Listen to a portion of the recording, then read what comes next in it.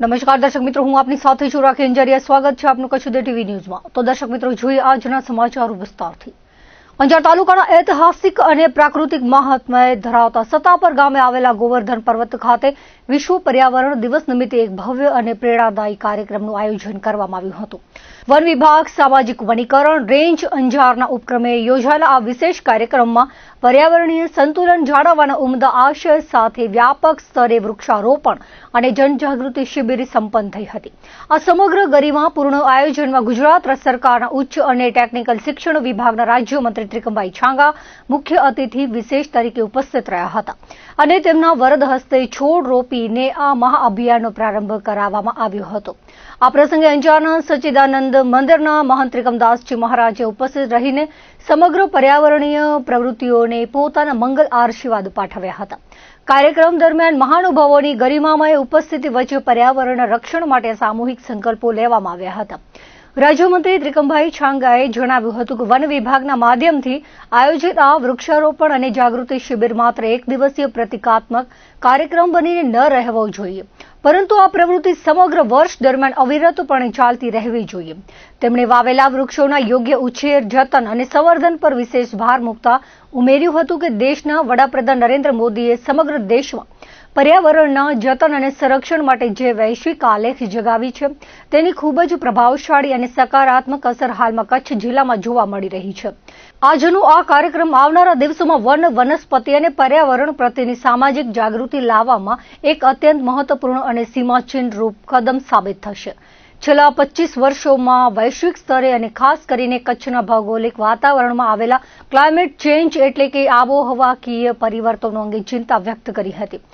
સમગ્ર વિશ્વ હાલમાં પ્રદૂષણની વિકરાળ સમસ્યાનો સામનો કરી રહ્યું છે, ત્યારે આ સમસ્યાને જડમૂળથી નિર્મૂળ કરવા અથવા તેની સામે અસરકારક રીતે લડવા માટે આપણી પાસે વૃક્ષારોપણ એ જ એકમાત્ર અને સૌથી સચોટ શસ્ત્ર છે। કચ્છમાં છેલ્લા 2 થી 2.5 દાયકા દરમિયાન વન વિભાગ અને સ્થાનિક લોકોના સહિયારા પ્રયાસોથી ખૂબ જ સુંદર અને વ્યાપક સ્તરે વૃક્ષારોપણની પ્રવૃત્તિઓ થઈ છે, જેના મીઠા પરિણામો આજે કચ્છના સુધરેલા ચોમાસા અને વધેલા વરસાદના સ્વરૂપમાં પ્રત્યક્ષ રીતે દેખાઈ રહ્યા છે। આગામી સમયમાં પણ આ રણ પ્રદેશ હરિયાળો બને તે માટે વન વિભાગની સાથે સાથે સમગ્ર વહીવટી તંત્ર અને જનતા જનાર્દનનો પૂરેપૂરો સહયોગ મળી રહ્યો છે, જે પ્રશંસનીય છે। કાર્યક્રમમાં ઉપસ્થિત કચ્છના સાંસદ વિનોદ ચાવડાએ પણ રાજ્ય સરકાર, વન વિભાગ અને કચ્છવાસીઓના સહયોગથી કચ્છમાં પર્યાવરણની સુરક્ષા માટે ભગીરથ કાર્ય થઈ રહ્યું હોવાની લાગણી વ્યક્ત કરી હતી। ઉપસ્થિત તમામ મહાનુભાવો અને વહીવટી તંત્રના અધિકારીઓએ ઉત્સાહપૂર્વક વૃક્ષારોપણમાં ભાગ લઈ આગામી દિવસોમાં કચ્છની ધરાને વધુ લીલોતરી યુક્ત બનાવવાનો મક્કમ નિર્ધાર વ્યક્ત કર્યો હતો।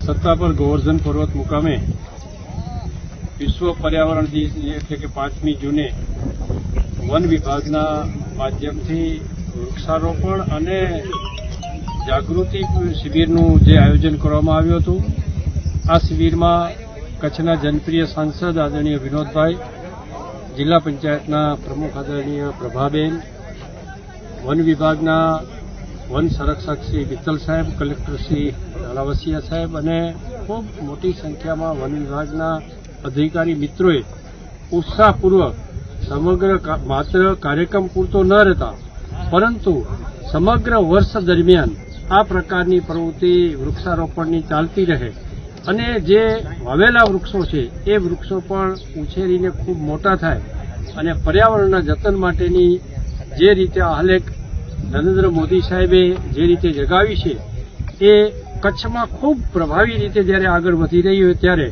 આજનો આ કાર્યક્રમ આવતા દિવસોમાં વન, પર્યાવરણ અને એની જાગૃતિ માટેનું મહત્વનું કદમ બની રહેશે। ચોક્કસપણે કચ્છમાં ક્લાઇમેટ ચેન્જના કારણે જે રીતે સમગ્ર વિશ્વમાં પરિસ્થિતિ નિર્માણ થઈ છે, પ્રદૂષણની સમસ્યાને નિર્મૂળ કરવા માટે અથવા એની સામે અસરકારક લડત આપવા માટે, અને એ અસરકારક લડત એટલે વૃક્ષારોપણ, કચ્છમાં પણ છેલ્લા 2-2.5 દાયકાથી ખૂબ સુંદર રીતે વૃક્ષારોપણનું કાર્યક્રમ થયું છે અને એના પરિણામ સ્વરૂપ એની અસર કચ્છમાં પડતા વરસાદમાં પણ દેખાઈ રહી છે।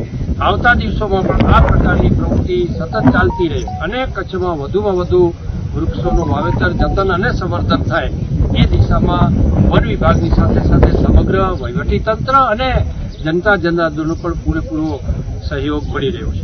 5 જૂન વિશ્વ પર્યાવરણ દિવસ નિમિત્તે સમગ્ર વિશ્વ જ્યારે ગ્લોબલ વોર્મિંગની ગંભીર પરિસ્થિતિમાંથી પસાર થઈ રહ્યું છે ત્યારે ભુજ શહેરમાં પર્યાવરણ જતન અને સંવર્ધનના સંકલ્પ સાથે વૃક્ષારોપણ કાર્યક્રમનું આયોજન કરવામાં આવ્યું હતું. વડાપ્રધાન નરેન્દ્ર મોદીના દેશવ્યાપી આહવાન એક પેડ માં કે નામ અંતર્ગત ભુજ વિધાનસભા વિસ્તારના ધારાસભ્ય કેશુભાઈ પટેલની વિશેષ ઉપસ્થિતિમાં પ્રેરણાદાયી કાર્યક્રમ યોજાયો હતો. ભુજ શહેરના પ્રમુખ સ્વામીનગર સ્થિત શેરી નંબર 7માં આવેલા શાંતિ સુંદર સ્મૃતિ વન ખાતે સવારે યોજાયેલા આ કાર્યક્રમમાં મોટી સંખ્યામાં સ્થાનિક અગ્રણીઓ, વન વિભાગના અધિકારીઓ અને નગરજનો પર્યાવરણની રક્ષા માટે એકત્રિત થયા હતા. ભુજ શહેર ભારતીય જનતા પાર્ટી અને સામાજિક વનીકરણ વિભાગ ભુજ રેન્જના સંયુક્ત ઉપક્રમે યોજાયેલા આ કાર્યક્રમમાં ઉપસ્થિત મહાનુભાવોના હસ્તે સ્મૃતિવન પરિસરમાં વૃક્ષારોપણ કરીને વાવવામાં આવેલા છોડના ઉછેર અને જતનની સામૂહિક જવાબદારી સ્વીકારવામાં આવી હતી. આ પ્રસંગે મુખ્ય અતિથિ અને ભુજના ધારાસભ્ય કેશુભાઈ પટેલે લોકોને પર્યાવરણનું જતન કરવા અને પૃથ્વીને હરિયાળી બનાવવા માટે વધુને વધુ વૃક્ષો વાવવાનું આહ્વાન કર્યું હતું.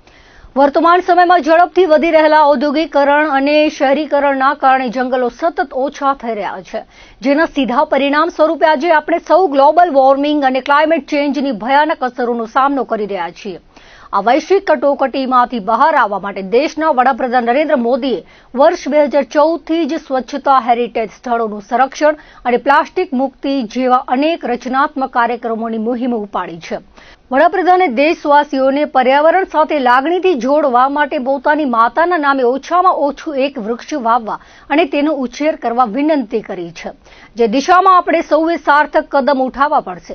કાર્યક્રમમાં ઉપસ્થિત ભુજ નગરપાલિકાના કારોબારી ચેરમેન કમલ ગઢવીએ જણાવ્યું હતું કે ભુજ શહેરને હરિયાળું અને પ્રદૂષણ મુક્ત બનાવવા માટે નગરપાલિકા સંગઠન અને ફોરેસ્ટ વિભાગની સંયુક્ત ટીમ દ્વારા સુંદર આયોજન કરવામાં આવ્યું છે.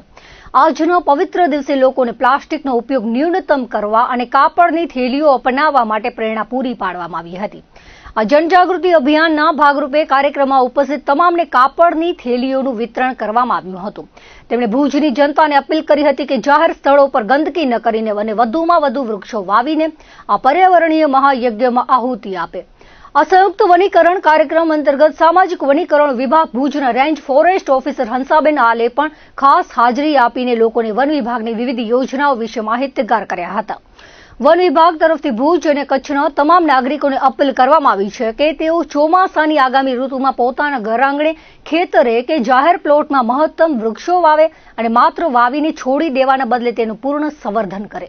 આજે વિશ્વ પર્યાવરણ દિવસે જે રીતે આમ તો એક દિવસ નક્કી હોય, પણ જ્યારે વૃક્ષ વાવવું હોય એ ત્યારે એ દિવસ જ કહેવાય. અને જે રીતે પ્રકૃતિ અને માણસને જીવવા માટેનું વૃક્ષ જે ઉપયોગી છે એ નાના જીવથી કરીને મોટા હાથી સુધી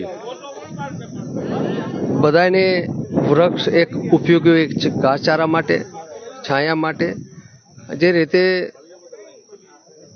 વર્તમાન સ્થિતિમાં વૃક્ષોને વધારે કાપવાથી ઉદ્યોગો, ખેતી અને જંગલો હતા એને આસ્તે આસ્તે કાપીને જે પ્રકૃતિ પર્યાવરણને નુકસાન થઈ રહ્યું છે, ત્યારે આદરણીય પ્રધાનમંત્રીએ એક આહવાન કર્યું કે એક વૃક્ષ માં કે નામ. 140 કરોડની વસ્તી છે અને બધા નક્કી કરે તો એક હામટા 140 કરોડ વૃક્ષ વવાય. પણ એ તો એક આહવાન છે. મારે જ્યારે જીવવું છે ત્યારે આ વૃક્ષ એટલા માણસની જીવનમાં જીવવા માટેનું અતિ મહત્વનું છે. આપણે કોરોના કાળમાં જોયું કે જે રીતે કાર્બન ડાયોક્સાઇડ લઈને ઓક્સિજન આપતું એક માત્ર આ વૃક્ષ છે. અને જ્યારે કોરોનામાં લોકોને ઓક્સિજન મળતું નહોતું ત્યારે એ ઓક્સિજનનો બોટલ એક 700 રૂપિયામાં પડતો હતો અને 24 કલાકમાં 3 બોટલની જરૂર પડતી હતી. માણસોને જે હવા, પાણી, ઓક્સિજન મફત મળે છે એટલે એની કિંમત નથી થતી.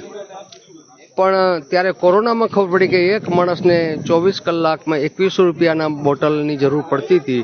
અને તમારી લાઈફમાં જોશો તો 5 થી 6 કરોડ રૂપિયાનો ઓક્સિજન જો વેચાતો લ્યો તો એટલી એની કિંમત થાય છે. પણ લોકોને અવેરનેસ આવે, લોકોને સમજણ આવે, વૃક્ષ વાવેતર થાય, જોડે જોડે એનું જતન પણ થાય. જેટલા વવાય છે એટલા ઉછરે.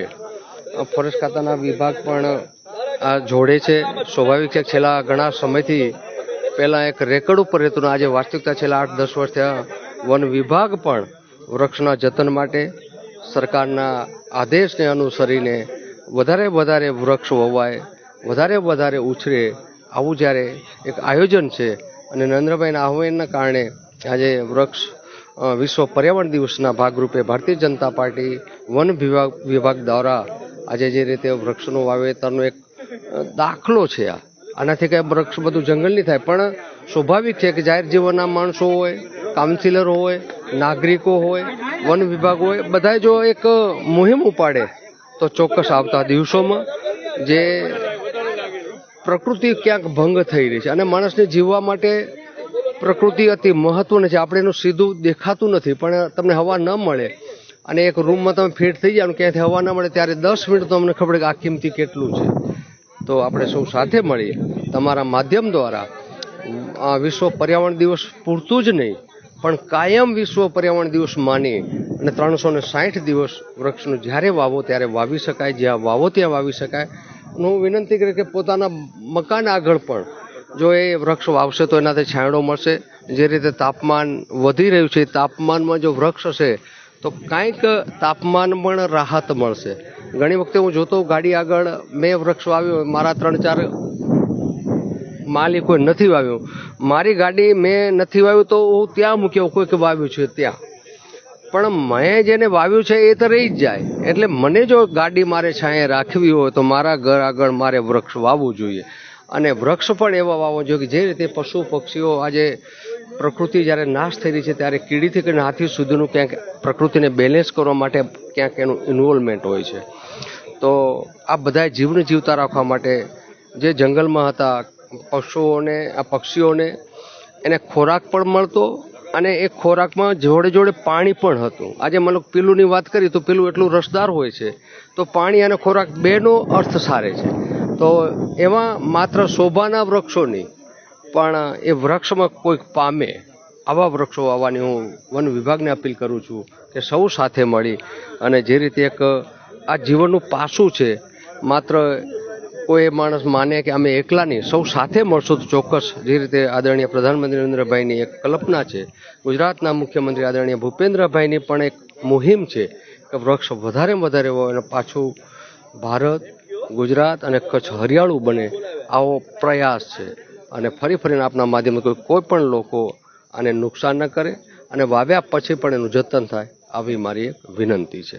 આજે 5મી જૂન વિશ્વ પર્યાવરણ દિન નિમિત્તે નગરપાલિકા તેમજ વન વિભાગના સંયુક્ત ઉપક્રમે 5મી જૂનનો કાર્યક્રમ કરવામાં આવેલ, જેમાં ખાસ લોક જાગૃતિ અને લોકો વધારેમાં વધારે વૃક્ષો વાવે, એનું જતન થાય અને તેવી ખાસ અપીલ વન વિભાગ તરફથી કરવામાં આવે છે.